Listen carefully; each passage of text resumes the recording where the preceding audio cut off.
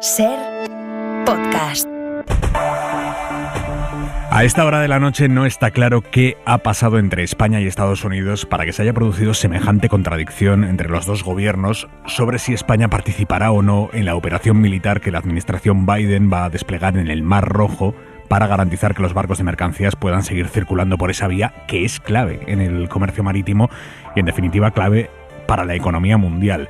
Todos los barcos que salen de Asia y que viajan hacia Europa, en lugar de dar el vueltón de bordear África entera por el sur, se meten por el Mar Rojo para llegar al Canal de Suez y salir al Mediterráneo. El Mar Rojo es esa franja de agua que separa el noreste de África por un lado y Arabia Saudí por el otro. Esa es la vía más corta. Por ahí, por ese camino, un barco carguero desde China hasta los puertos europeos tarda unos 20 o 25 días, depende a qué país vaya. Si se bloquea ese camino y el barco tiene que bordear toda África, el trayecto se alarga en torno a 10 días más, con lo que eso supone de muchísimo dinero en combustible, en tripulación, en seguros, que son carísimos por cada día de navegación. Por eso, que los barcos puedan seguir cruzando el Mar Rojo es vital para el comercio marítimo. Pero para entrar en el Mar Rojo, los barcos tienen que bordear la costa de Yemen. Y en Yemen operan grupos hutíes, respaldados por Irán, anti-israelíes, que en los últimos días se han dedicado a atacar a los barcos que entraban por ahí con destino a Israel, o con bandera israelí, o propiedad de empresas israelíes. Desde el viernes pasado, las principales empresas de transporte marítimo han ido anunciando que dejan de pasar por el Mar Rojo porque no pueden asumir la inseguridad que hay en la zona, que es brutal. Y eso ha empezado a zarandear la economía mundial, porque por ahí pasa hasta el 15% del comercio internacional, incluido muchísimo petróleo, muchísimo gas. Ya solo la semana pasada los precios de fletar un contenedor aumentaron un 10% en una semana. Turbulencias para la economía internacional que no convienen a nadie. Ante eso, anoche, poco después de que termináramos hora 25, el Pentágono, Estados Unidos, anunció una operación para garantizar la seguridad de la navegación por la zona. Dijo que en esa operación iban a participar 10 países. Los citó. Y entre ellos citó algunos europeos: Francia, Italia y España.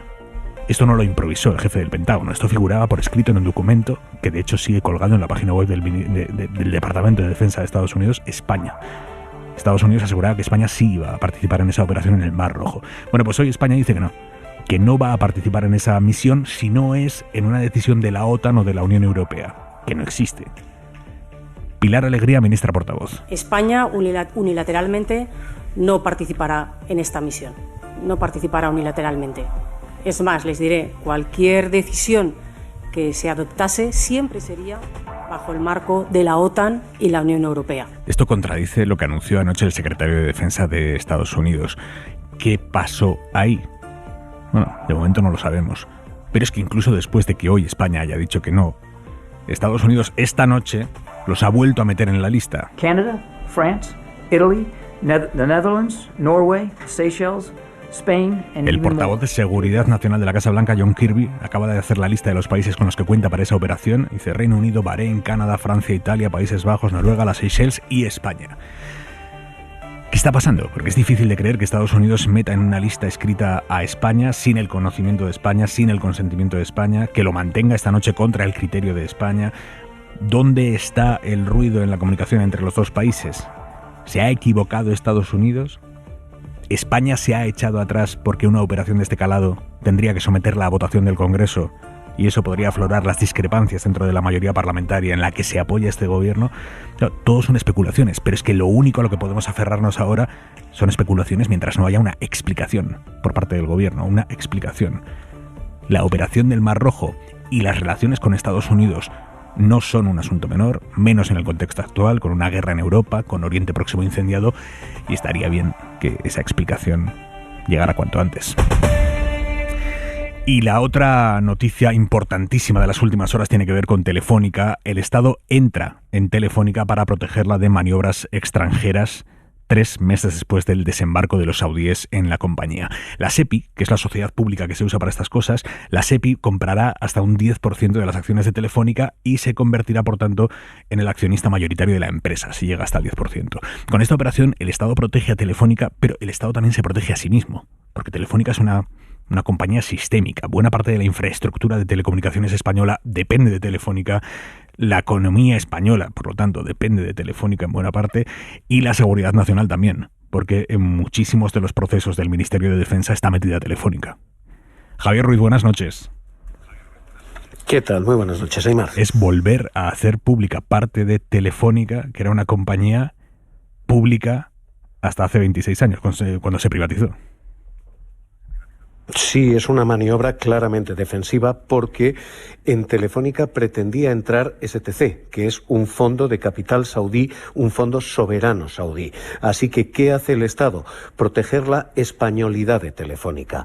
Lo hace comprando un 10% o hasta un 10% de la compañía, porque hay una horquilla de hasta el 10%, que significa gastar hasta 2.000 millones en renacionalizar esa parte de Telefónica. Eso convertiría al Estado en el primer accionista de la compañía, a la SEPI, en primera propietaria de Telefónica. Pero sobre todo, Aimar, lo que haría eso es blindar la españolidad de la empresa, porque el 10% de la SEPI, el 6% que tiene CaixaBank a través del banco y de la fundación, y el 5% que tiene el BBVA, 10 más 6 más 5, suman un 21% del capital en manos españolas, que definitivamente cierra la puerta a cualquier intento de entrada de capital extranjero.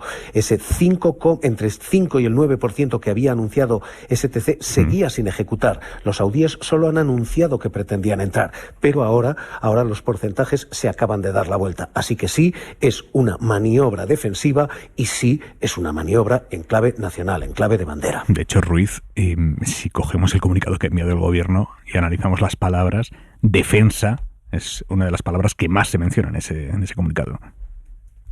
Seguridad y defensa, Aimar, se dice hasta 4 veces en 3 párrafos. Literalmente este es el argumento, reiterado una y otra vez por nombres como la propia ministra de Defensa, Margarita Robles, que hace unos días decía que esta era una operación que podía afectar a la seguridad de los datos, a la propia infraestructura, y el mismo argumento defensa es el que hoy ha desplegado Nadia Calviño. Una decisión que tiene por objeto dar estabilidad para que la empresa pueda lograr sus objetivos estratégicos y dar así también una mayor estabilidad al desarrollo de todos estos planes en nuestro país. Y a partir de aquí, Aimar, una lectura, y es que defensa es mencionada 1, 2, 3 y 4 veces, pero continuidad también. El equipo de Payete, acaba de ser blindado por el Estado. Ruiz, España no es el primer país que se mete en el accionariado de sus principales compañías de telecomunicaciones. Esto lo estamos viendo en buena parte de Europa. Esto es práctica común y de nuevo es práctica defensiva. Alemania tiene un casi 14% de Deutsche Telekom, un 13,8%. Francia tiene un 13,4% de Orange y Italia acaba de anunciar que va a permitirse comprar hasta un 20% de Telecom Italia. Así que, efectivamente, esto es una maniobra que están haciendo todos los países de la Unión Europea ante la emergencia de un capital fundamentalmente saudí, pero de Oriente Próximo, que está comprándoselo absolutamente todo en el tablero y que además hace vulnerables a estas compañías. Estas compañías son compañías, Aimar, que tienen, si las cosas les van bien, mucho dinero en caja. Tú te puedes comprar una compañía que tiene la caja llena y aunque tú te hayas endeudado, coger la caja, devolver la deuda y al final acabas pagando esa operación con el dinero de la compañía que acabas de comprar. Así que, ¿qué están intentando todos los estados, uno tras otro? Blindar a sus telecomunicaciones y uno tras otro, insisto, Alemania, Francia, Italia, ahora España, lo que hacen es cerrar las puertas a ciertas entradas que han preocupado y que hoy claramente demuestran que no habían consultado ni con los estados ni con los accionariados cuando entraron a intentar tomar el control de esas empresas. Javier, gracias, buenas noches. Un abrazo, hasta luego. El PP ha anunciado esta noche que se opone a esta operación. Juan Bravo es el responsable económico del Partido Popular. Lo que estamos viendo ya desde hace algún tiempo es la intervención en el ámbito de las instituciones públicas y ahora parece que el siguiente paso es la intervención y la ocupación y la colocación dentro del ámbito del sector privado. En este sentido, no es el primer ejemplo, ya hemos tenido anteriormente con Indra, ahora es con Telefónica y parece que eso va en la misma línea, ¿no? De alguna manera el populismo se va contagiando y empieza a romperse lo que sería el mercado, ¿no? Como tal entendemos, con la intervención y la ocupación por parte del gobierno de estas posiciones. Creo que sin duda es una posición de intervención por parte del gobierno que el único fin que tiene es ocupar, en este caso, empezar por el sector privado, ¿no? Venga, desplegamos ya la mesa del análisis de Hora 25 esta noche con Carlos Cue, corresponsal político del País. Buenas noches. Hola, buenas noches, ¿qué tal? Raquel Ejerique, directora adjunta del diario.es. Muy buenas noches. Buenas noches. Y Juanma Márquez, subdirector del Diario de Sevilla. Márquez, buenas noches. Buenas noches, Aymar. Cue, empiezo por ti. Tu análisis de la operación en sí, de la entrada del Estado en Telefónica y de sus derivadas políticas, que no son pocas. La operación en sí es de lo más relevante que ha pasado en España en los últimos años, porque además manda un mensaje clarísimo. Después de Telefónica son 26 años, si contamos el resto de empresas son prácticamente 30 años en un sentido, y acabamos de darle la vuelta a ese sentido. Acabamos de darle la vuelta a ese sentido, como cuenta Ruiz, en línea con lo que están haciendo otros países europeos. Es que no nos olvidemos que lo que aquí se planteaba, la compra del 10% por parte del fondo saudí, es un Estado el que quiere entrar en Telefónica. No es un privado casual sin más. Lo que está pasando en el mundo es que los fondos soberanos, o sea, los estados, sobre todo los estados con petróleo, con sus fondos soberanos, estando el IBEX 35 en este momento, hay muchas empresas del IBEX 35 con las que hablamos todos los días y las vemos todos los días. El principal ejecutivo es español, pero resulta que el principal accionista es de un país petrolero, de un estado de un país petrolero, porque son fondos soberanos. Los fondos soberanos, nosotros hemos viajado con Sánchez muchas veces allá a reunirse con esos fondos, que son unos fondos descomunales, enormes, que están controlando grandes empresas europeas, grandes empresas de Estados Unidos, y es bastante lógico lo que está pasando. Es bastante lógico que un país como España, como Italia, donde gobierna la derecha, no gobiernan los comunistas en Italia, gobierna, de hecho, la extrema derecha, en Italia en agosto acaba de anunciar la compra de llegar hasta el 20% de su Telefónica. ¿Por qué? Porque evidentemente es una reacción de protección y de defensa ante estados multimillonarios que están entrando, que es una decisión estratégica clarísimamente, sobre todo de Arabia Saudí, pero también de otros muchos países del Golfo Pérsico, que estratégicamente han decidido no solo comprarse clubes de fútbol, que ya lo habíamos visto, y comprarse deportistas y comprarse todas las cosas que estamos viendo, sino comprarse los grandes tesoros industriales europeos y de Estados Unidos, y de América y de Latinoamérica, por supuesto. Entonces, frente a eso, ¿qué hace un Estado? O sea, desde el punto de vista político es súper interesante, porque llevamos meses hablando de España, de la bandera, de defender este país, de España se rompe. Bueno, pues esta es una decisión estratégica de país, de defender a España. Es muy rara la posición del PP, porque es difícil pensar que si se tuviera que si se enfrentara a una situación como esa, no sé si haría lo mismo, pero el PP haría algo. El PP no podría permitir, sin un escándalo nacional brutal, que la principal compañía del país, la principal compañía industrial y además tecnológica y además con intereses en defensa, cosas súper delicadas, se convirtiera en una compañía con el primer accionista saudí, que no es precisamente una democracia consolidada del mundo. Es evidente que algo tenían que hacer. En un momento nos dijeron lo que vamos a hacer es frenar, poner una serie de condiciones y ponerlo complicado, y lo que han hecho es dar el salto hacia... No nos olvidemos, seguimos incluso con este salto, porque es que lo que ha hecho España es vender todo, hasta el punto de que la electricidad española, una de las principales compañías eléctricas españolas, está en manos del Estado italiano, porque el Estado italiano siguió comprando y nosotros seguíamos vendiendo, y por tanto tenemos el Estado español se ha ido deshaciendo de toda su capital industrial, y ahora el gobierno ha dado un paso, que no es pequeño, son 2.000 millones de euros, pero es un paso para intentar darle la vuelta a una trayectoria de 30 años que empezó Felipe González, siguió José María Aznar, siguió Zapatero, todavía remató alguna más, lo de Endesas fue con Zapatero, y por supuesto siguió Rajoy, y ahora le da la vuelta a Sánchez. Decirte, Cue, uno va afilando su olfato político en años tras años de crónica política. Veremos si mañana el PP mantiene la posición que ha desplegado hoy Juan Bravo. Efectivamente, es interesante porque es que no tiene mucho sentido. Efectivamente, vamos a verlo. E indicativo de que el PP no tiene muy clara su posición es que ha estado Feijóo en Telecinco esta noche y no ha dicho ni una palabra de esto. Es que es Veremos España. Si mañana eso sí el que PP es decisión de España. Mantiene la posición de su vicesecretario de Economía. Ejerique, ¿cómo lo ves?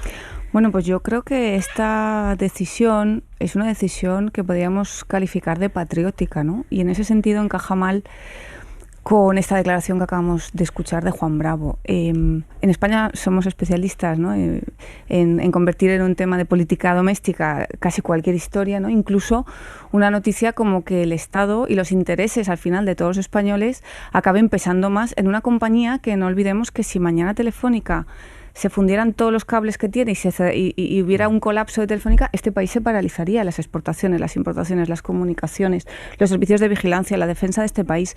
Es una compañía que evidentemente necesita, bueno, para los defensores del libre mercado, ¿no?, donde todo funciona fenomenal cuando no hay reglas, no, pero la realidad es que la defensa de ciertos intereses estratégicos o de los intereses de los españoles suele estar en general mejor atendida cuando la vigilancia no es puramente económica, ¿no?, sino que hay pues unas intenciones también de protección nacional, etcétera. Yo veo muy difícil convertir este tema en un rifirrafe político por parte del PP también, porque al final es una decisión efectivamente patriótica. Estamos recuperando de una amenaza que, por cierto, quiero recordar también que los saudíes anunciaron un 10 y entraron con un 4-9, creo que llevan de manera que han saltado pocas alarmas en esto, ¿no? Pueden llegar al 10, ahora ya es más difícil, ¿no? Pero no sé qué peros se le puede poner, más allá de la parte esta ideológica en la que lo bueno sería deshacerse del capital de todos y dejarlo en manos de unos pocos. Yo no veo un argumento muy claro para estar demasiado en contra. En el 97 el Estado tenía el 20%, lo acabó de vender José María Aznar, en una de muchas privatizaciones de muchas empresas y de un sistema en el que todo parecía más eficaz si era llevado a cabo por empresas privadas, cosa que se ha demostrado en muchísimos casos que no ha sido exactamente así. Márquez. La reacción de Juan Bravo me da la impresión, por el tono que ha utilizado, que es de improvisación. Ha tirado de manual de neoliberal y dice, este es un gobierno malo porque está comprando acciones de empresas y del sector privado. Esta es la primera avanzadilla, que es Telefónica, y después vendrán muchos más. Se supone que vendrá, pues no sé, el Corte Inglés, Zara o Mercadona. Es decir, yo creo que efectivamente el PP rectificará, porque no es una decisión esta de índole económico. Yo, por ejemplo, creo que las empresas funcionan mejor sin el capital del Estado y en el libre mercado que con el Estado. Y hay empresas españolas que una vez privatizadas funcionaron mejor y se han convertido en empresas líderes en el sector internacional, como es el caso de Telefónica, por ejemplo. Ahora bien, hay un contenido estratégico de Telefónica, como también lo debería de haber en el sector energético, donde es necesario que, si el Estado no tiene el control, al menos los dueños o los grandes propietarios están en consonancia con los intereses del Estado. Y es obvio. Yo creo que el gobierno español tembló cuando se enteró de improviso, sin que saltaran las alarmas de las embajadas ni de los servicios de exterior, que el Fondo Soberano Saudí estaba comprando Telefónica, que es una empresa de un interés estratégico monumental, y ahora lo está rehaciendo, y me parece bien. Cuea citó antes lo que ocurre con Endesa, ¿no? Lo que ocurrió con Endesa y con el sector energético, que lo tiene el Estado italiano. Efectivamente, España debería de tener algo. El gobierno español o alguna empresa. Pero recordemos cómo fue aquello, porque aquello fue todavía peor. Aquello fue peor porque había una empresa española interesada en hacerse Exacto. con eso. Pero como era catalana... Antes extranjera que catalana. Claro, como era catalana, pues el tal Manuel Pizarro dijo, no, de catalanes nada, antes a los italianos que a CaixaBank. Y así hemos terminado. Antes, en ese momento era alemanes. La primera opción era los alemanes. Antes alemanes que italianos. Y como la operación de los alemanes no acabó saliendo, entraron los italianos con una operación que facilitó el ministro Solbes y el presidente del gobierno en ese momento. Entraron los italianos primero entraron con unas plusvalías espectaculares de la familia Entre Canales, si no recuerdo mal. En fin, fue una operación de muchísimo nivel. Todas estas operaciones son maravillosas porque explican casi todo. Y en ese caso, por ejemplo, como la explica como la fusión de CaixaBank explica muchísimas cosas de la política madrileña y catalana. Esto, yo creo que la diferencia, tú decías lo del tema ideológico del PP, es que esto no es una discusión ideológica el mercado frente al Estado. Es que son dos estados. Es que no nos olvidemos. Es que es muy importante esto. Es que una de las cosas que está pasando en la gran economía europea es que son estados que compiten con los estados europeos para comprarse las grandes empresas estratégicas. No es el fondo de capital riesgo de Estados Unidos, que también tiene el 5% del IBEX 35, está en manos del mayor fondo de Estados Unidos. Pero es que hay grandes empresas españolas, hay grandes de BlackRock, hay grandes empresas españolas que tienen el 4% en manos del fondo soberano de Qatar, por ejemplo. Por cierto, son estados, no son el empresas. mismo Juan Bravo, vicesecretario económico del PP, que hoy ha llamado al gobierno intervencionista en el sector privado por entrar en Telefónica para evitar que los saudíes tomen más poder en Telefónica. El mismo Juan Bravo, nos hemos ido a lo que escribió Juan Bravo el día en el que entraron los saudíes. Escribió: esto es lo que ocurre cuando un gobierno en funciones está más pendiente de pactar amnistías y referéndums con Puigdemont y sus socios que de lo que le pasa a las empresas españolas. No es un gobierno, es un desgobierno. Esto es nada, que malas son las hemerotecas. Fatales. Por cierto, para la hemeroteca, para la fonoteca en este caso, esta declaración de Feijóo esta noche en Telecinco: hay que ser demócratas. Creo que hay que saber ganar y gobernar, y hay que saber ganar y irte a la oposición. Yo me presenté una vez y obtuve 137 escaños. Por tanto, hay que ser demócrata y hay que aceptar que esto es un sistema parlamentario y el hecho de ganar las elecciones no significa automáticamente que seas presidente del gobierno. Llamativo esto, ¿eh? Magnífico. Bueno, ha tardado unos meses en decirlo, que no está mal, ¿no? Por el camino, hasta que lo ha dicho, pues ha sembrado demasiadas dudas, porque lo que dice un político como Feijóo, del nivel de relevancia y de conocimiento como Feijóo, tiene luego muchas consecuencias, y hemos visto muchas protestas violentas, etcétera, porque durante muchos meses se ha generado la ficción de que era un gobierno ilegítimo, que había ganado él, de hecho, ¿no? Y bueno, de hecho lo dijo también en la investidura. En su investidura.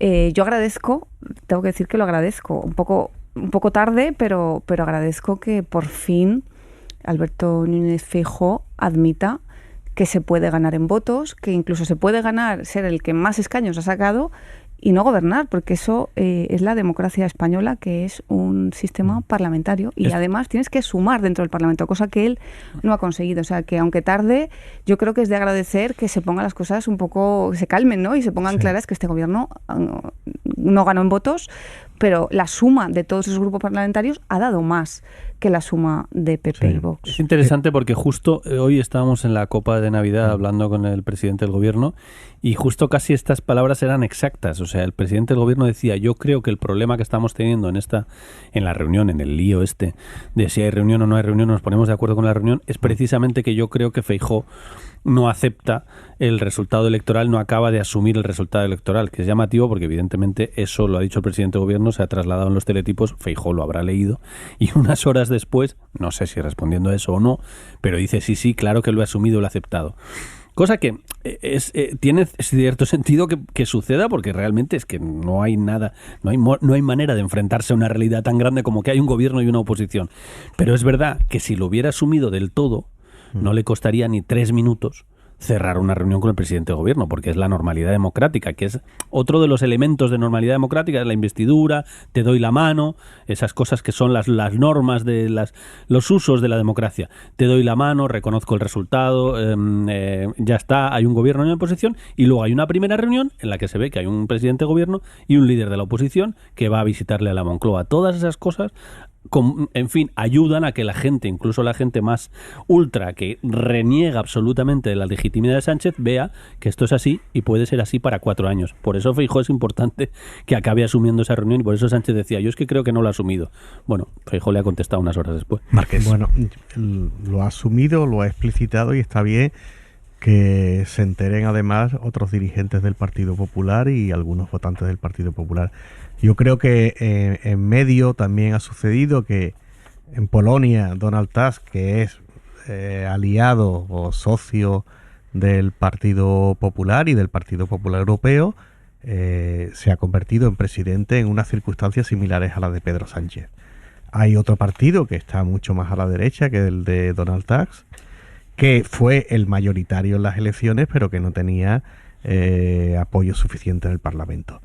Tusk gobierna en Polonia de la misma manera que Pedro Sánchez lo hace en España. Ahora, esto es importante que lo interiorice el Partido Popular y los satélites alrededor del Partido Popular.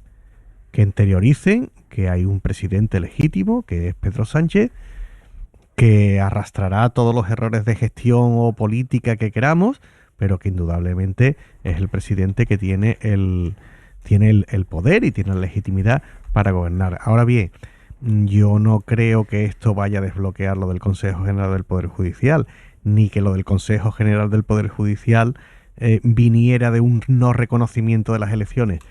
Porque claro, antes, cuando había otro líder en el Partido Popular, que fue Pablo Casado, pues tampoco hubo ningún tipo de acuerdo en ese sentido. Y cuando me refiero a que los aliados del PP y el entorno del PP debería de asumirlo, me estoy refiriendo también a la asociación mayoritaria dentro de los jueces, que como siempre digo es la federación más importante del Partido Popular en España.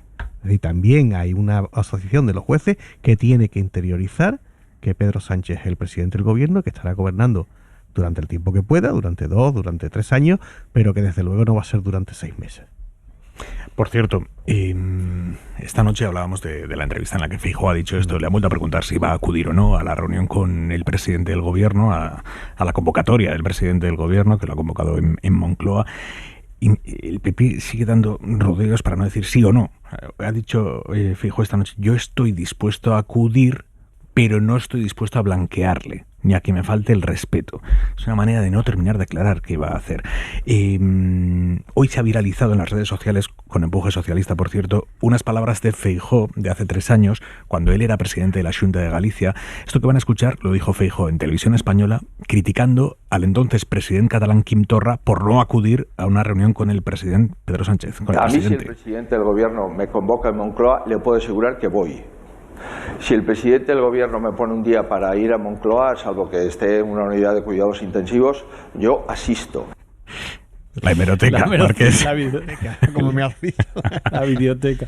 La fonoteca. Sí, bueno, es que vamos a ver, yo creo que cuando Feijóo dice eso que dice con el caso de Quim Torra, yo creo que lo decía de modo sincero y entra en la lógica de cualquier dirigente político. Lo que explicaba Nadia Calviño este fin de semana es cierto. Si el presidente del gobierno te llama, tú vas sin orden del día, ni sin carpetas, ni nada, vas a hablar de política porque es bueno, no es lo normal sería que se vieran una o 2 veces al mes y no a lo mejor con una reunión tan formal, sino que pudieran hablar durante un café o en algún sitio. Lo que es absolutamente anormal, lo que es incluso peligroso, es que el presidente del gobierno y el jefe de la oposición coincidan en un acto en el Congreso, como fue la conmemoración de la aprobación de la Constitución, y no se hablaran. Eso es grave. Feijóo es verdad que está poniendo muchos problemas. Yo creo que está poniendo problemas porque dentro del PP hay una parte también muy dura que le dice a Feijóo que no vaya a reunirse con Sánchez porque con eso blanquearía la amnistía, lo cual es un absurdo. Ahora bien, yo creo que Pedro Sánchez tampoco le ha puesto las cosas muy fáciles a Feijóo.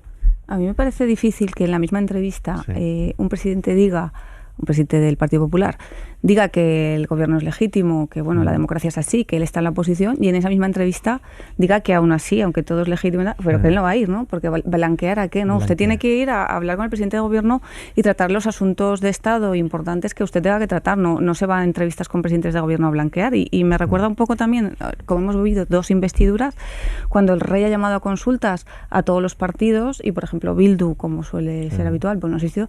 A mí me parece mal. Porque aunque tú no estés de acuerdo con la monarquía, aunque te parezca que tienes que hacer una protesta, yo creo que cuando representas institucionalmente a un grupo, a una población, ¿no? Y tienes un grupo político en un congreso, tú tienes que asistir a donde se te llame como grupo institucional y dentro de la Constitución que eres. Todos los partidos deberían asistir, ¿no? Y ellos también, el Partido Popular lo ha criticado también, que no asistan. Y yo estoy totalmente de acuerdo. A las consultas del rey deberían ir todos los partidos, aunque vayan allí y le digan que quieren una república, lo que quieran decirle, pero hay que asistir. Entonces, ese mismo partido que también critica eso, en mi opinión con razón, no puede ponerse a la cabeza de esa manifestación y decir, ahora me llama el presidente de gobierno y no voy. El rey sí voy, al presidente de gobierno no voy. Pero es que esto no es un menú a la carta en el que usted puede ir a donde usted quiera. Usted representa a la oposición de España, que por cierto representa a casi la mitad de la población. O sea, usted representa a muchísima gente, no puede dejar de ir. No, es que a mí me tiene desconcertado. Este Feijóo es irreconocible. De verdad, conocemos a Feijóo hace muchos años. Yo cada día, lo siento, pero es que cada día no dejo de sorprenderme. Feijóo ayer con Isabel Díaz Ayuso, con una enorme cesta de fruta, que es que nos reímos ya porque nos tenemos que reír, pero es que esa fruta se refiere a un insulto, se refiere a hijo de puta. Esa fruta lo que tiene detrás es un hijo de puta, porque es lo que convirtió Ayuso, con su habilidad habitual, convirtió un insulto, llamó hijo de puta al presidente, se le escapó decir que hijo de puta le vieron las cámaras y lo reconvirtió en una broma de me gusta la fruta, pero detrás hay un insulto, detrás hay llamar hijo de puta al presidente de gobierno. Feijóo, yo estaba allí delante, el día que llegó, la primera sesión de control en el Senado, el Feijóo dijo, yo no he venido aquí a insultar, yo he venido aquí a usted a ganarle las elecciones. Y todo el mundo, de hecho, Feijóo en ese momento subió muchísimo las encuestas, no nos olvidemos, tenía una valoración fortísima y el gobierno de hecho se asustó porque las encuestas empezaron a dar muy a favor del PP y el gobierno hizo toda una estrategia de endurecer, digamos, la imagen de Feijóo, y aquello del insolvente, todo aquello surgió de ahí porque Feijóo era la imagen del moderado, el que viene a hablar, el que viene a negociar y el que viene a pactar. Y hoy Feijóo esta noche hablando de blanquear al presidente del gobierno. No de blanquear a Bildu, que ya es una cuestión discutible, pero evidentemente Bildu tiene a Arnaldo Otegi detrás, que es un hombre que estuvo muy vinculado a ETA, es evidente, pero la palabra blanquear es discutible con Bildu, pero con un presidente del gobierno. Yo me blanquear. pregunto, ¿qué pierde el gobierno o qué perdería si mañana, hoy o ayer, coge los 3 puntos que Pedro Sánchez ha dicho en todas las entrevistas que quiere hablar con Feijóo, los pone en un papel, le pone el sello de la Moncloa y llama el jefe de gabinete de Pedro Sánchez a la jefa de gabinete de Feijóo y le dice, toma, te mando un fax, este es el orden del día. Es decir, el PP está pidiendo un orden del día, ¿por qué no hay ese orden del día cuando ya el propio gobierno ha hecho públicos los puntos del orden del día que quiere tratar? Yo llevo varios días preguntando eso, hoy directamente al propio presidente y la gente del entorno del presidente. Realmente no hay una respuesta razonable. La única respuesta que acaban dando es que es tan ridículo lo que están haciendo que no les vamos a dar la razón.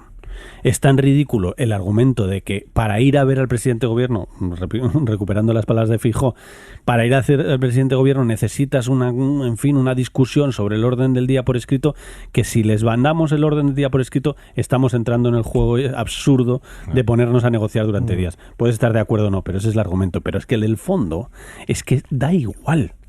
Todos sabemos que da exactamente igual, porque todos hemos estado allí en ruedas de prensa del jefe de la oposición, que tú puedes perfectamente y legítimamente, porque representas a millones de personas que están en contra del presidente, y eso es la oposición, están en contra, les parece fatal la amnistía, les parece fatal lo de Pamplona, hay millones de personas que legítimamente quieren que su líder, o sea, Feijóo, vaya allí y le diga a Sánchez, está fatal la amnistía, está fatal lo de Pamplona, es un escándalo, y luego en la sede de la Moncloa, la sede del gobierno de España, vaya y le diga públicamente a los ciudadanos, le he dicho al presidente del gobierno que está fatal esto, que es intolerable, que lo vamos a condenar, que vamos a perseguir hasta el último. Si lo puedes hacer, si lo han hecho otros líderes de la oposición, lo que no tiene ni pies ni cabeza es decir, voy a ver si voy, porque si no le blanqueo, que no tiene que blanquearle, que usted puede decir perfecta, y es lo que se espera de un líder de la oposición, hemos pactado estas 2 o 3 cosas, podría ser, en un mundo ideal, hemos pactado estas 2 o 3 cosas, pero eso no quiere decir que yo esté de acuerdo con este señor.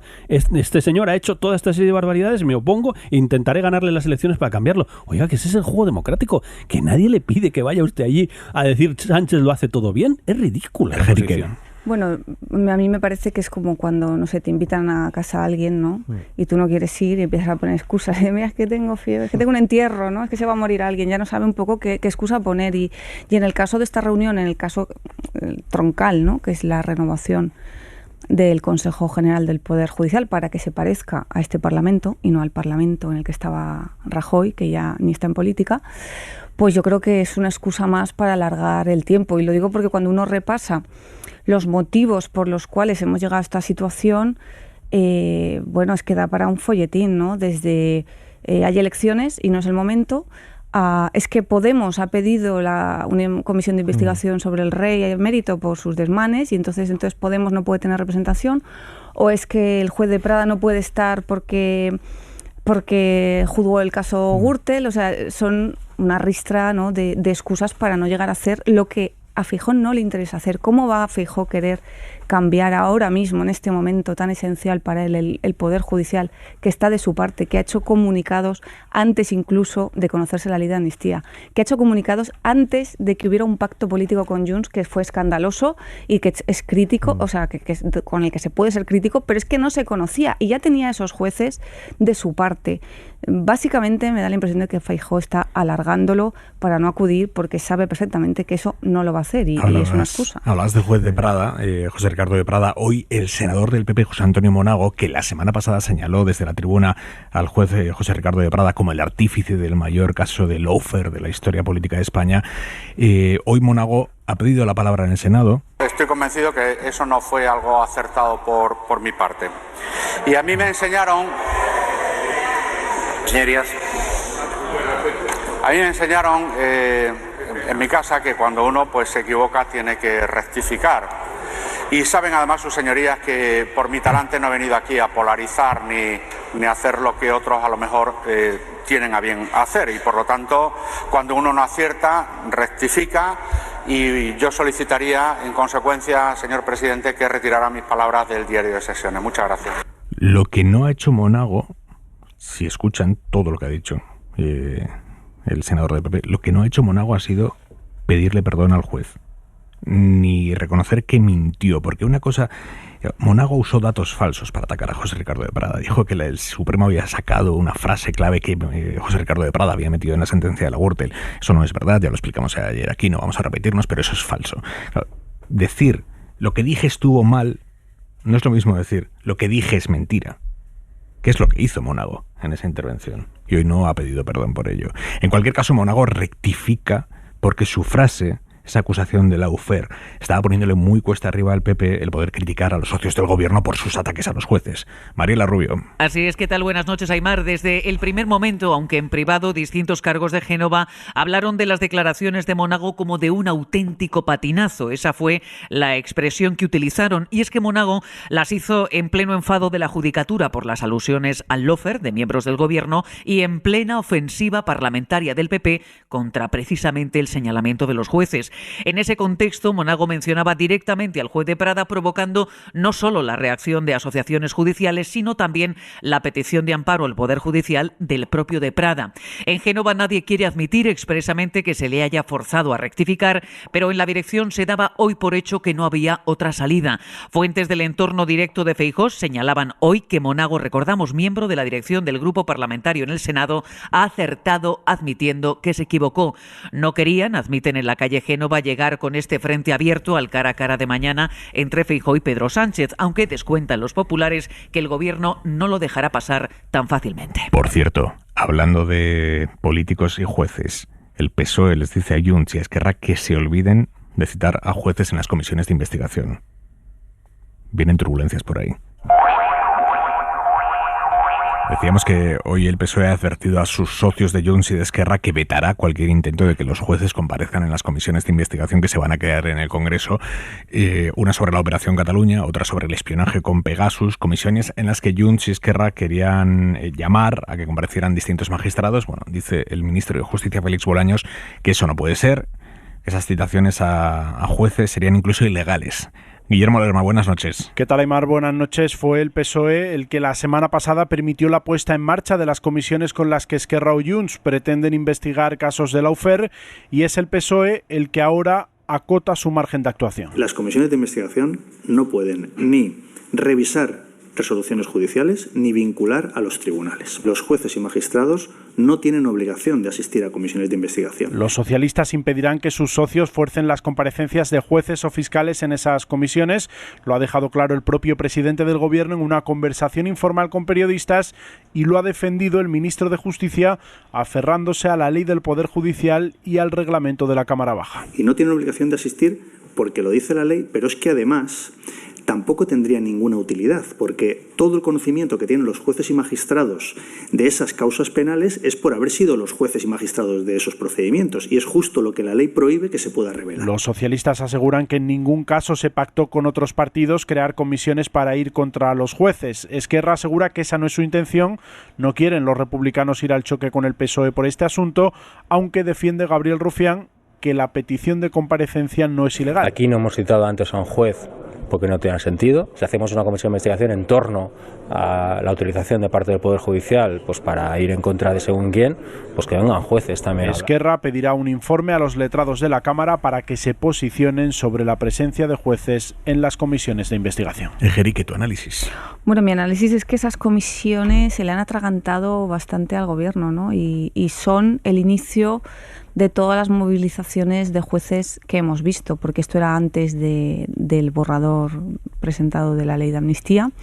Estaba dentro de ese pacto, creo que del 9 de noviembre, entre Junts y PSOE, y tenían la mala pata de que estaban redactadas de una manera que había que llamar a un lingüista para entender exactamente qué decían. Y era así porque, evidentemente, el Partido Socialista tenía que ceder en eso, ¿no? Era una reivindicación indispensable para Junts, estas comisiones de investigación, pero sabía también que se estaba metiendo en un jardín. Y el jardín justamente lo tenía ahí, ¿no? Que es en ese documento político en el que se habla del lawfare, al que se acogen luego todas las asociaciones judiciales, fiscales, etcétera, para decir que se está intentando intervenir en su trabajo.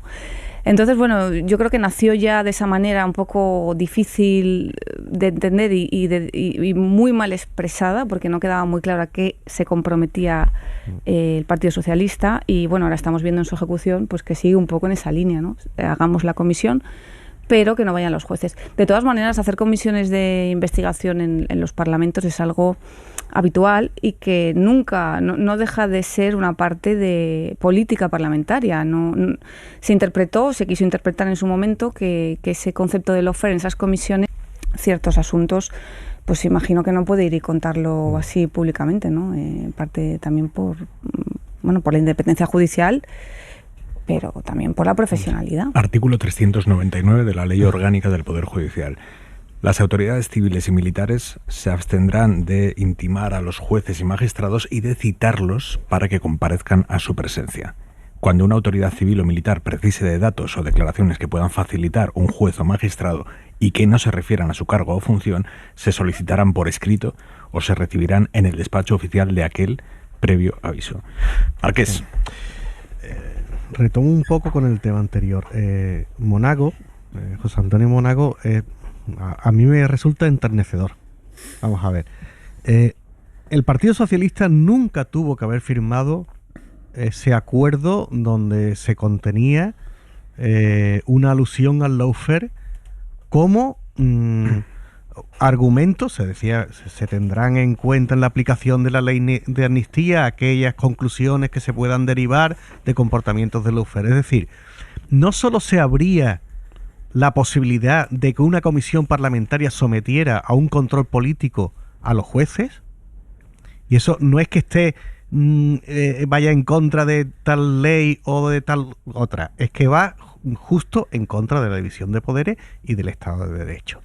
Nunca tenía que haber entrado en eso, y como entró en eso, vienen estas consecuencias. Bueno, cuando el gobierno estaba ya rodeado, asediado, porque esto es infumable en cualquier Estado democrático, viene el bueno de Monago y dice, sí, hay lawfare en España, a nosotros no lo han hecho. Claro, el tipo es genial, le dio un argumento al Partido Socialista magnífico, hasta tal punto que indudablemente ha tenido que rectificar.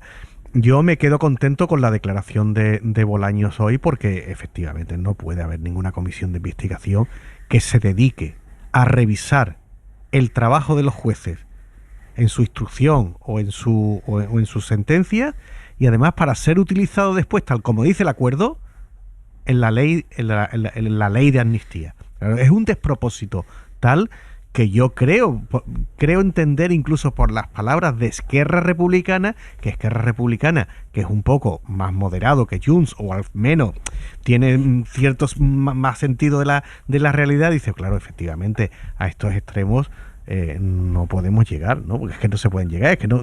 Eso sí que asusta a Europa, o sí que inquieta a la Comisión Europea, no la ley de amnistía, sino que haya comisiones políticas y parlamentarias que vengan a enmendar el trabajo de los jueces. Eso es inaceptable en cualquier Estado democrático. Por cierto, hoy el presidente Pedro Sánchez ha confirmado que se verá varias veces con Puigdemont y con Junqueras también. Eso les ha dicho a los presidentes no, eso lo ha dicho el presidente a los periodistas en la Copa de Navidad, aunque no ha concretado cuándo veremos esas fotos, esas varias fotos. Inma Carretero, buenas noches. ¿Qué tal? Buenas noches. La estrategia de la Moncloa es ir de frente. El presidente ha explicado que si quiere ser coherente con el paso que ha dado para incorporar a la política a Puigdemont, que está fugado en Bruselas, pues tiene que normalizar la relación, y eso pasa por reunirse con él no una vez, sino varias. Ha venido a decir que nos vamos a hartar de fotos con Puigdemont y también con Junqueras. Ahí evita pisar callos, porque hay que recordar que con el líder de Esquerra por ahora solo ha hablado por teléfono.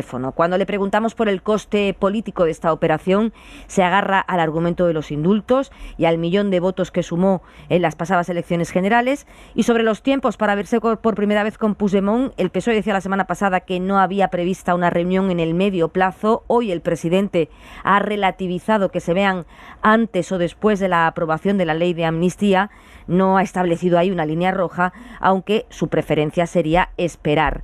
Mucho menos ambiguo ha sido sobre Bildu. El acuerdo de Pamplona lo sitúa en un ámbito absolutamente local, lo desvincula de la investidura y aclara que la asociación estratégica en Euskadi con el PNV es presente y futuro. Cierra la puerta, por tanto, a un acuerdo en el País Vasco con los abertzales. Y sobre el futuro más inmediato, una alerta para las agendas navideñas, porque la semana que viene o en los primeros días de enero tiene previsto nombrar a la persona que va a sustituir a Nadia Calviño al frente de Economía.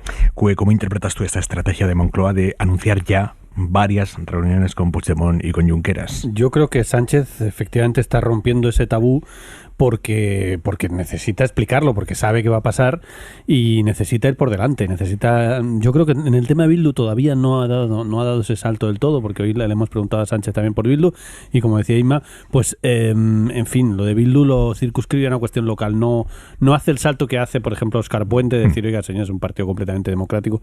Eso todavía no, pero en la parte de Junts y en la parte de Esquerra yo creo que claramente Sánchez y todo el gobierno está en una política de normalización y de que la gente asuma que la amnistía, que los indultos, que las relaciones con una persona que está en Bruselas porque está huido de la justicia, lo tiene que normalizar. Ahora, yo creo que hablando con Sánchez hemos estado en varios corrillos diferentes y había, no es que dijera cosas diferentes, pero fue evolucionando, le fuimos apretando un poco más. Yo creo que hay un elemento importante que ya veremos si se concreta o no, pero yo creo que es importante para Sánchez que la amnistía esté aprobada. Porque en el momento en que la amnistía esté aprobada, Puigdemont formalmente o políticamente deja de ser un perseguido de la justicia y pasa a ser un amnistiado.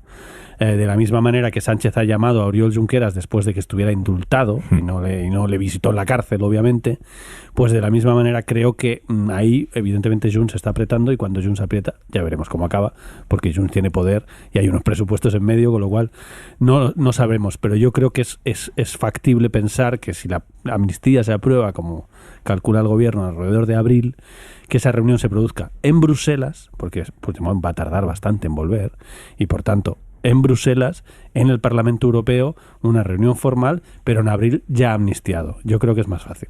Es más gestionable políticamente para el gobierno ahora. Efectivamente, ya sabemos que hacer previsiones con la política española actual es difícil, pero creo que eso tendría cierta lógica y sería más fácil de gestionar para la Moncloa. Marqués. Yo no concibo que el presidente se reúna con Puigdemont antes de que esté aprobada la amnistía.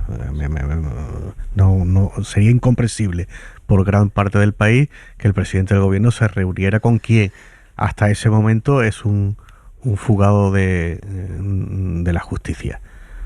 veremos si es en el abril presidente del gobierno de España reuniéndose con una persona que si pisara España sería inmediatamente detenida. Bueno, pero y que está fugado además, que hay una voluntad de escaparse de la justicia y hasta el momento de negar la legitimidad del Estado para juzgarle, o al menos la legitimidad de algunos jueces para juzgarle, porque supuestamente están cometiendo actos de lawfare. Es decir, me parece infumable, ciertamente me parece infumable, y además creo que no es necesario. Mire, incluso en la época de Adolfo Suárez, en plena transición, hubo también muchas conversaciones con partidos de la oposición y con líderes que estaban en ese momento, eso sí, en el exilio. Bueno, siempre había un intermediario que iba a ver a Santiago Carrillo a París, o que se reunía con Tarradellas en el sur de Francia. Pero desde luego no iba Adolfo Suárez ni iba ningún presidente del gobierno a reunirse con esas personas. Lo que me hace también ver cuál es el interés de Puigdemont con esto. Porque el interés no parte del presidente del gobierno. Yo creo que el presidente del gobierno en efecto quiere normalizar la relación, pero no creo que de Pedro Sánchez diga: oye, por favor, estoy deseando hablar con Puigdemont. Sino que es Puigdemont el que quiere reunirse con el presidente del gobierno para de una manera pues legitimar su posición y su posición de rebeldía durante estos últimos años. A mí me da la impresión, yo no sé si a Puigdemont se le ha quedado algo en el tintero que pedir y que conceder, porque prácticamente el referéndum. Bueno, claro, es que sí, Enrique, es verdad, si le damos el referéndum, pues casi ya volvemos al 2017, ¿no? Pero bueno, que se le ha quedado, no digo que se lo diéramos, pero se le ha quedado. No, pero que es cierto que tú dices, bueno, pero ¿cuánto ha pedido? Y todo lo que ha pedido, todo, exactamente todo, hay que concedérselo, incluso esto que es además me tienes que venir a ver antes de que yo vaya a España, en Bruselas o donde sea, pero tienes que hacer ese reconocimiento, y no el secretario de organización ni un vicepresidente, sino el propio presidente del gobierno. A mí me parece que él busca, y lo está buscando desde el principio, un acto de humillación. Me parece que está buscando un acto de humillación y está a punto de conseguirlo. Vuelvo a repetir lo mismo. No es la misma postura de Esquerra Republicana. Enrique, ¿cómo lo ves? Yo estoy bastante de acuerdo con Márquez, sin que sirva de precedente. Bueno, oye, pues coincido casi todo, ¿eh? Porque, bueno, evidentemente yo distingo entre reunirse con Junqueras y reunirse con Puigdemont. Creo que no es lo mismo. Yo también. Porque Junqueras es una persona que se quedó, cumplió su pena, luego se le indultó. Pero es un caso diferente al de Puigdemont, ¿no? Por una parte, esa distinción. Por otra, el suflé de estos últimos días, ¿no? Que incluso ha sido un suflé violento en las puertas de Ferraz, ha bajado ligeramente, pero no nos confiemos porque ahora falta el material audiovisual, ¿no? Hasta ahora han sido pactos, textos por escrito, debates políticos ideológicos, pero todavía no hemos vivido las fotos, la primera foto, la llegada de Puigdemont, el primer vídeo, ¿no? Ver por nuestros ojos, en una cultura tan audiovisual como la que tenemos, ver por nuestros ojos la amnistía en una foto, ¿no? O el perdón en un vídeo. Y esa foto va a ser, más allá de lo que signifique políticamente, va a ser un impacto audiovisual para mucha gente que no está de acuerdo tampoco en el sector progresista con la amnistía. Y luego el tema de la foto con Puigdemont, ¿no? Si finalmente va Pedro Sánchez a Bruselas, como decía Marqués, es eso junto al verificador. Yo creo que son dos peticiones de Junts que no residen en el interés general ni en la conciliación, ni nada parecido, ¿no? Evidentemente el Partido Socialista, Pedro Sánchez, ha decidido sin complejos, y políticamente creo que es un acierto hacerlo sin complejos, y en esa línea va ahora el Gobierno, decir que esto es bueno para todos, que no se van a esconder, que van a dar los pasos que sean necesarios. Políticamente lo entiendo, pero es difícil de explicar en qué beneficia a la concordia, a la convivencia, etcétera, que vaya el presidente de Gobierno a Bruselas hacerse esa foto, y solo se me ocurre que sea una cuestión, una petición de Junts, ¿no? Porque Puigdemont, no olvidemos su primer tuit, ¿no? A veces las personas, cuando decimos la verdad es a la primera, cuando nos preguntan 3 veces ya empezamos a modificar el lenguaje. El primer tuit de Puigdemont, cuando todo esto empieza y cuando se sabe ya que es una persona decisiva, es un tuit personal en el que dice que se le ha perseguido, que ha sido víctima de un ataque y un acoso constante, que se le ha llamado anomalía, y eso se lo llamó Pedro Sánchez. Y yo creo que hay algo ahí de... Él tiene la sensación de que se le debe hacer justicia también personal. Y yo creo que esa petición de que vaya Pedro Sánchez, al igual que este verificador, ¿no? Que 2 partidos tengan que reunirse fuera de España con un verificador internacional. Yo creo que es de las dos cosas más difíciles de explicar a los españoles en cuanto a qué les beneficia o por qué es tan importante. Y solo se me ocurre que sea importante para Junts y para el propio Puigdemont. Sí, es importante, pero no nos olvidemos, hay claves diferentes ahí. Es importante, entre otras cosas, para demostrar ante su mundo que está en competencia, en guerra abierta, los dos sectores de independentismo, para demostrar que ellos consiguen cosas que Esquerra no consiguió. Y esa es la clave para entender el mediador y otras cosas. Y yo creo la otra... Evidentemente, Puigdemont es un personaje que él nunca ha reconocido la legitimidad de la justicia española y él no se considera prófugo, no se considera fugado, en fin, él dice que está a merced de la justicia belga, en fin. Todo este relato de Puigdemont lo conocemos, pero hay un elemento que tiene cierto sentido y es: si realmente Puigdemont y Junts ha decidido jugar en política y ha decidido que sus 7 escaños se pongan a hacer política, y tanto es así que ha decidido dar una investidura y por lo menos unos presupuestos, porque eso es lo que se ha negociado y eso es de lo que están hablando ahora Junts y el gobierno, tiene cierta lógica. Ya veremos la fórmula y ya veremos lo delicado que es porque está fuera de España, pero tiene cierto sentido que eso incluya un reconocimiento político.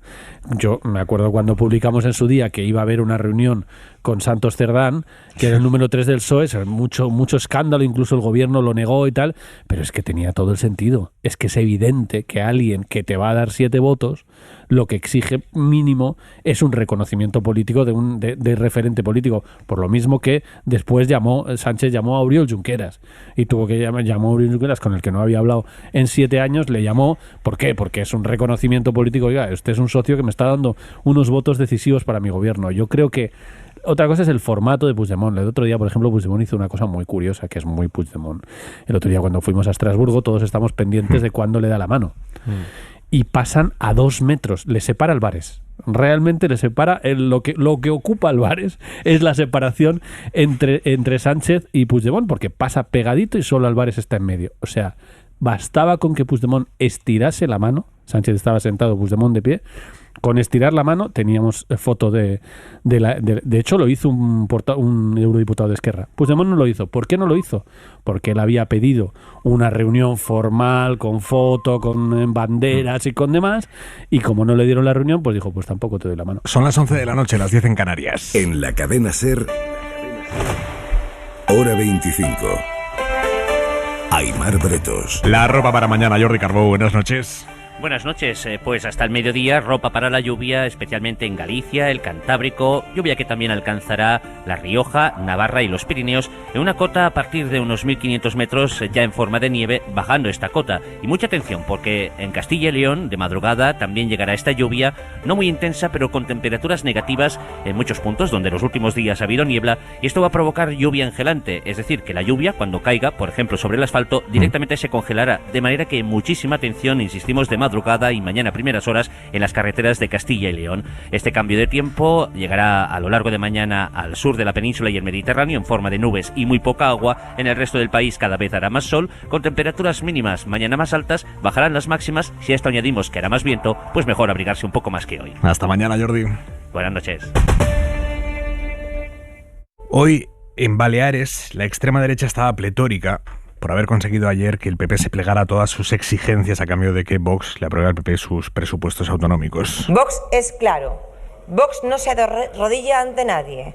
Los de Vox solo nos arrodillamos ante Dios. Gracias, presidente. Pues ya está. Esto es Vox. El PP ha pasado por el aro de todas las exigencias que le planteaba Vox en Baleares. Allí no gobiernan juntos, allí Vox ha quedado fuera del gobierno, pero hoy hemos conocido un ejemplo de lo que sucede allí donde sí gobiernan juntos PP y Vox. Pablo Tallón, buenas noches. Buenas noches. Fíjate, nuevo caso de censura, en este caso una obra de teatro, se llama Qué difícil es. Había sido contratada por un ayuntamiento de Quintanar de la Orden, en Toledo, un municipio de 11.000 habitantes. Gobiernan PP y Vox, como decías. En este caso, lo que no ha gustado a la concejal de Cultura del PP, por lo menos según su versión oficial, no es aquello ni el argumento, no es una declaración de alguno de los actores antes de celebrarse la obra, no es un chiste ofensivo. Lo que le molesta es que 4 de los actores aparecen en ropa interior sobre el escenario. Dice, esto puede escandalizar a algún vecino. Lo que hizo es contratarla y después decir, oiga, no la hagan. Hablamos de una obra, para que nos hagamos una idea, se ha representado en 22 municipios, la han visto 3.000 espectadores, casi.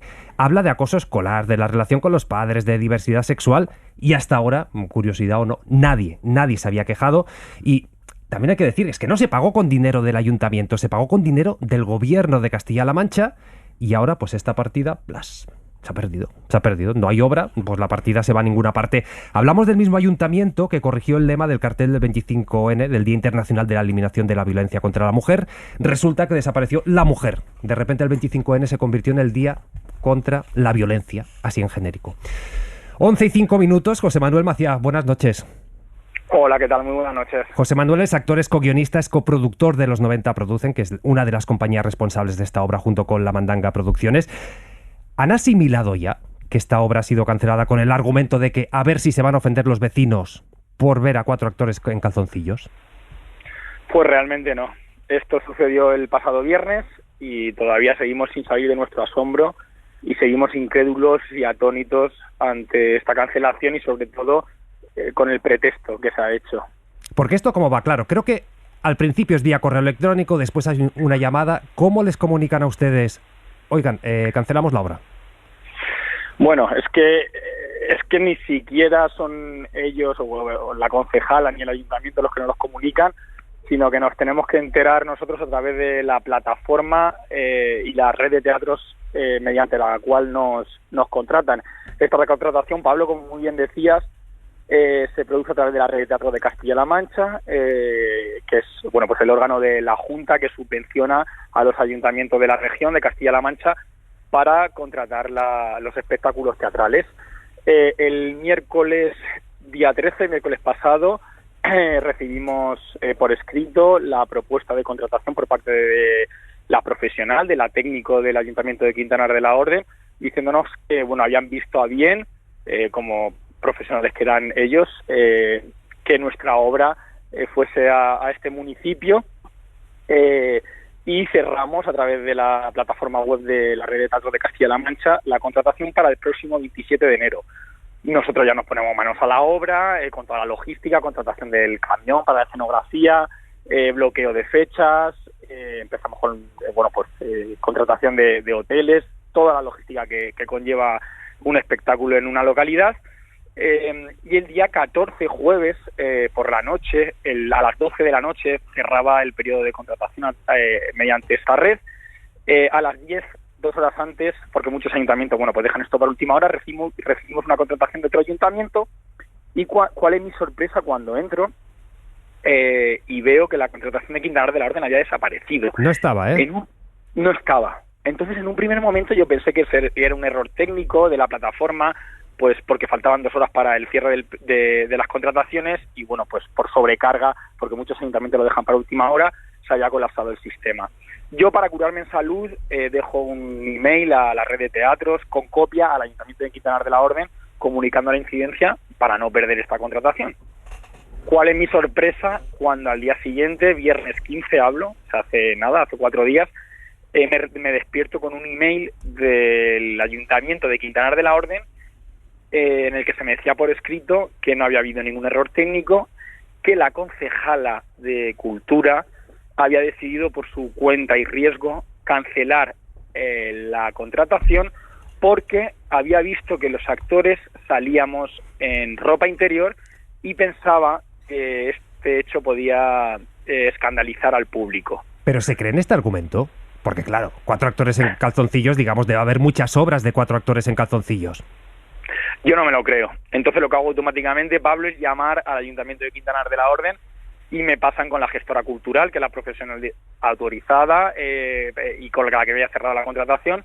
Le pregunto si esto es una broma y me dice que no, que es lamentable, pero que era así, que ella había intentado convencer a la concejala, todo esto lo tenemos por escrito en un email, que había intentado convencer a la concejala de que el hecho de que salíamos en ropa interior era un hecho dado por la obra, que no había ninguna sexualización, ni había nada explícito y nada que pudiera ofender o escandalizar a nadie, como ella decía. pero que ella desoyó los consejos de los gestores y de los técnicos y que llamó directamente a la red de teatros para cancelar la contratación. Y, como bien comentabas, esto no es solamente un agravio para nosotros, que dejamos o sea, que perdemos una contratación, sino y con todo lo que hayamos puesto ya en marcha, sino también para los vecinos de Quintanar de la Orden, porque como la concejal canceló la contratación unas horas antes de que cerrase el periodo, no hubo tiempo ni margen para contratar otro espectáculo, por lo tanto este dinero se ha perdido, esta parte de la subvención se ha perdido, y los vecinos de Quintanar de la Orden han perdido la oportunidad de tener este espectáculo que les correspondía y de ver esta obra de teatro. Y a las compañías, para ustedes, ¿va a haber efecto Bárbara Streisand? Es decir, ¿puede ser que precisamente la censura una vez más sirva para promocionar, para ser el mejor acto de promoción de esta obra? Bueno, pues para ser honestos, nuestra intención no va más allá de con esta denuncia, con este comunicado que hemos lanzado. No digo buscado, digo indirecto. Es denunciar por responsabilidad moral esta censura, porque es lo que es, este veto y este atentado contra la cultura, con este pretexto de que los actores vayan en ropa interior, cuando, como bien digo, es un hecho dado, que nos han visto, como bien has dicho, más de 3.000 personas, entre ellos muchos grupos escolares. Ha habido profesores que han visto la obra de teatro, y es que es una comedia en la que se tratan, pues temas muy candentes, muy necesarios, incluso a veces tabú, como puede ser el bullying, el acoso escolar, la depresión, enfermedades mentales, el suicidio juvenil, la paternidad, la relación con los padres. Es una obra, pues que tiene un mensaje muy profundo, aún en su comedia. Entonces han sido muchos los escolares que han venido a vernos y jamás hemos recibido una sola queja, un solo comentario sobre el vestuario de los actores. Es verdad que, mediáticamente se está viralizando bastante, cosa que nos alegramos mucho, no solamente por nosotros, sino por lo que esto significa, que poner en el ojo del huracán lo que estas personas están haciendo, porque una gobernante, no creemos que es una vergüenza que tenga que decidir qué es lo que pueden ver y lo que pueden oír, o lo que no pueden ver y oír los ciudadanos, solamente porque a ella le moleste ver o oír lo que se representa en esa obra artística. Claro, pues en fin, 4 calzoncillos, José Manuel Maciá, mil gracias por estar Pablo, hoy en... Perdona que te corte, 4 calzoncillos que son como los calzoncillos que usaba tu abuelo y usaba el mío. Imagínate. es que no son slips, no son boxes, eso no son ni un mínimo de líbido en esos calzoncillos. Exactamente, son bañadores.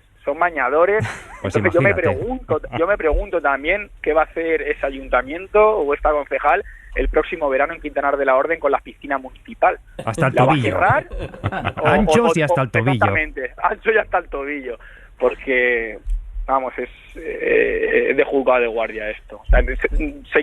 Yo sigo sin creérmelo a día de hoy. Pues José Manuel, gracias y abrazo. Un abrazo muy grande, muchas gracias. Gracias, Pablo. Manuel Jauis, buenas noches. ¿Qué tal, Aymar? ¿Cómo estás?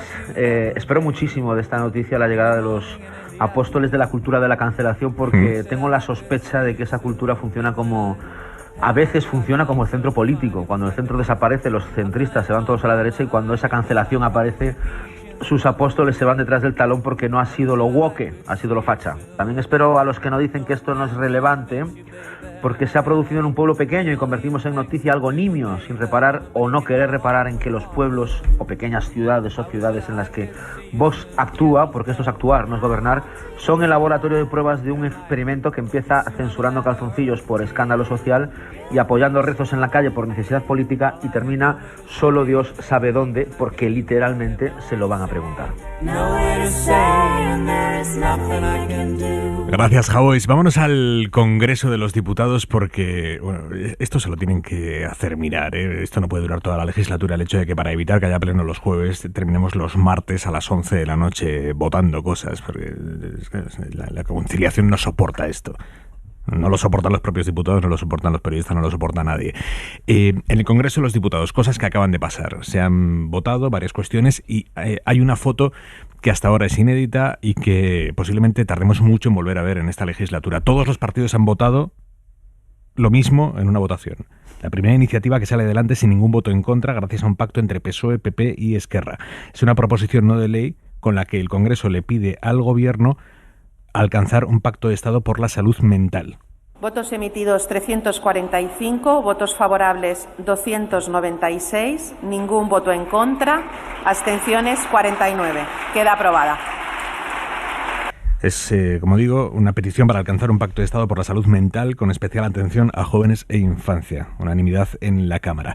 Y lo que también se acaba de aprobar en el Congreso es empezar a tramitar, no es la ley como tal, sino empezar a tramitar una proposición de ley impulsada por Sumar para eliminar los delitos de injurias a la corona, ultraje a los símbolos nacionales, ofensa a los sentimientos religiosos.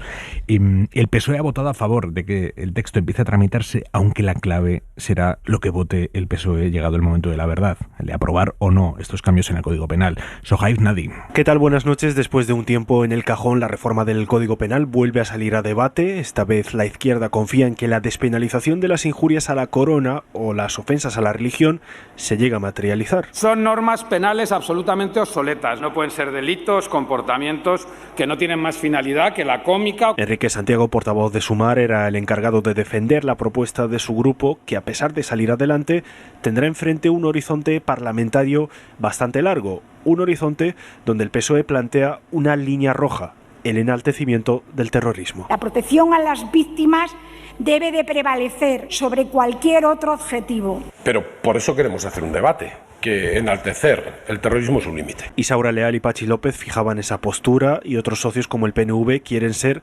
muy minuciosos antes de dar el sí definitivo, más que nada para no salir en otra foto de efectos no deseados como ocurrió con el sí es sí. Aitor Esteban. Aquello es como una especie de castillo de naipes y por lo tanto tienes que asegurar muy bien que aquella carta que quitas y colocas está bien situada, porque si no se producen desajustes y bueno, algunos ya conocemos. Y en el PP, Cuca Gamarra y Sergio Sayas han enmarcado todo el debate en el Pacto de Pamplona. Esto es la asunción por parte de Pedro Sánchez de la hoja de ruta de partidos como Bildu. La democracia se erosiona hasta el fango cuando hacen una moción de censura de la mano de Bildu. El compromiso para reformar el Código Penal fue adquirido ya hace unos años a raíz de la condena del rapero Pablo Hasél y ahora se vuelve a reactivar, pero solo el tiempo dirá si acaba viendo la luz o no. Efectivamente, no es la primera vez que la izquierda se plantea este debate.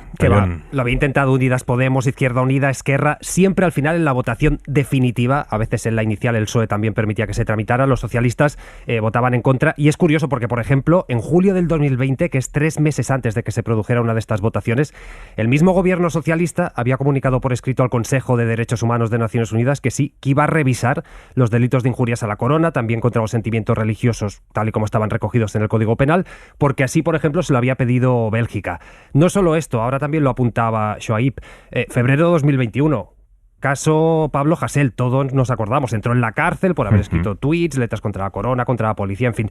Esto provocó manifestaciones, un comunicado de personalidades de la cultura como Serrat, como Almodóvar, y ahí Moncloa, a las 9 de la noche, claro, tú te acordarás porque sí, estarías haciendo esto. Perfectamente. Además. Llegó un comunicado y dijeron, oye, que vamos a modificar el Código Penal. Y no solo existía el comunicado. Este gobierno, a la mayor brevedad posible, hará un trabajo de modificación que nos colocará también en otros espacios donde otras democracias han evolucionado. Tan sencillo y tan bueno como eso. Claro, tan sencillo y tan bueno como esto. Esto decía Carmen Calvo en el Congreso en respuesta a Bildu, y han pasado pues ya prácticamente 3 años. Esta vez sí, os pregunto, ¿estáis a favor de eliminar los delitos de injurias a la corona, ultraje a los símbolos nacionales, ofensa a los sentimientos religiosos, Ejerique? Yo sí, la verdad, porque sobre todo si tienen efectos que en mi opinión son indeseados, ¿no? No sé si os acordaréis todos porque ya tenemos una edad. Que en España un poco nos despertamos... Porque tenemos buena memoria. Bueno, también, eso también. Me gusta más ese enfoque, sí. Nos despertamos un poco en este tema con aquella famosísima portada del Jueves, ¿no? Y los Reyes. Sí.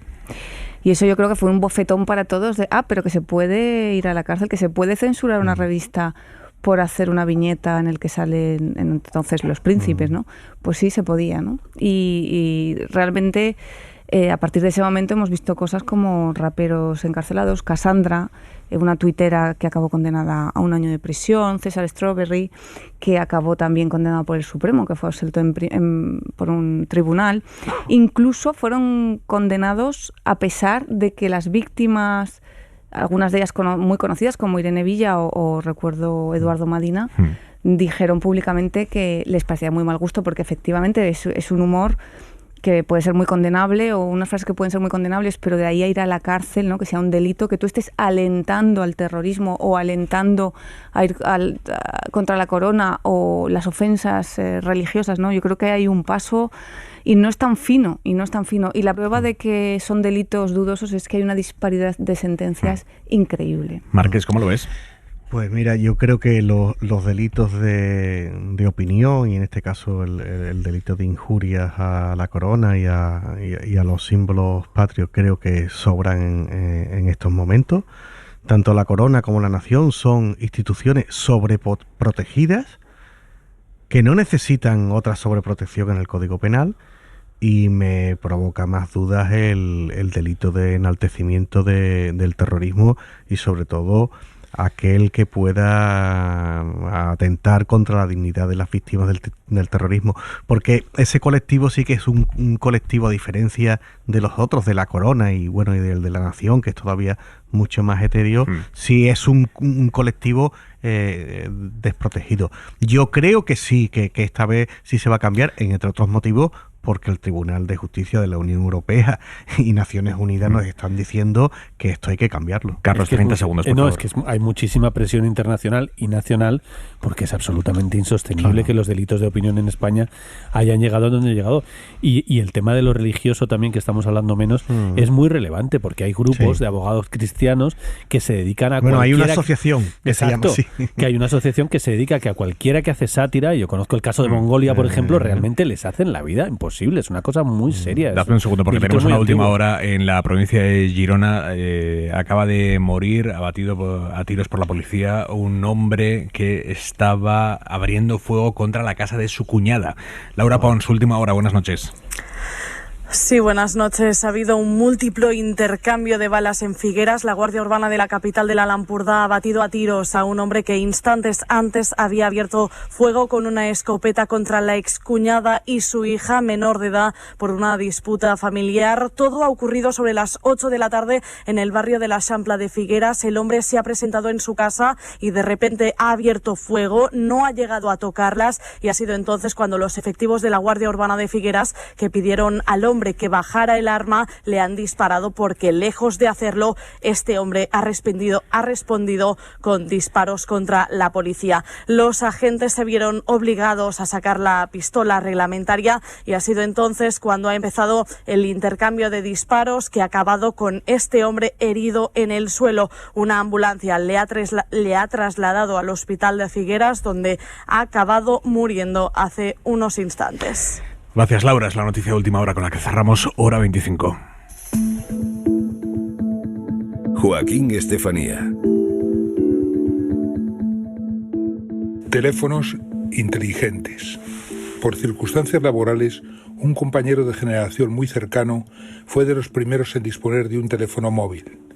Cumplía entonces 38 años. Era la envidia de todos. Se trataba de aquellos zapatófonos nada inteligentes que pesaban mucho, apenas tenían cobertura y se descargaban continuamente. Luego ya llegaron los móviles inteligentes y cubrieron a todo el mundo. Poco a poco cambió el sistema de vida. Según una reciente encuesta del Instituto Nacional de Estadística, 7 de cada 10 niños entre los 10 y los 15 años dispone hoy de smartphone, con todas sus funciones. De ellos, casi una cuarta parte de los niños de 10 años lo poseen y un 45% de los niños de 11 años. Una asociación de padres, adolescentes libres del móvil, ha presentado en el Congreso 63.000 firmas para pedir por ley la prohibición de móviles a menores de 16 años. Buscan al menos una gestión del tiempo y de los contenidos. Parece una utopía.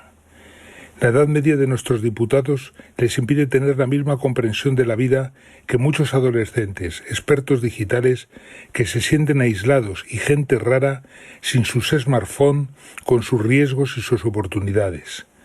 No tenemos respuestas plenas.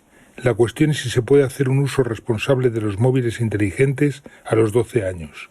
Se abre el debate. Punto y 25. Lo dejamos por hoy. Carlos Cue, Raquel Ejerique, Juanma Márquez, muchísimas gracias. Buenas Hasta pronto, gracias. Gracias también a ti, Pablo Tallón. Bienvenido al equipo. Gracias, Aymar. Van a compartir muchas noches con Tallón a partir de ahora. Siempre que yo esté de vacaciones o por lo que sea afuera, Tallón va a acompañarles. Pablo Tallón con ustedes aquí al frente de Hora 25.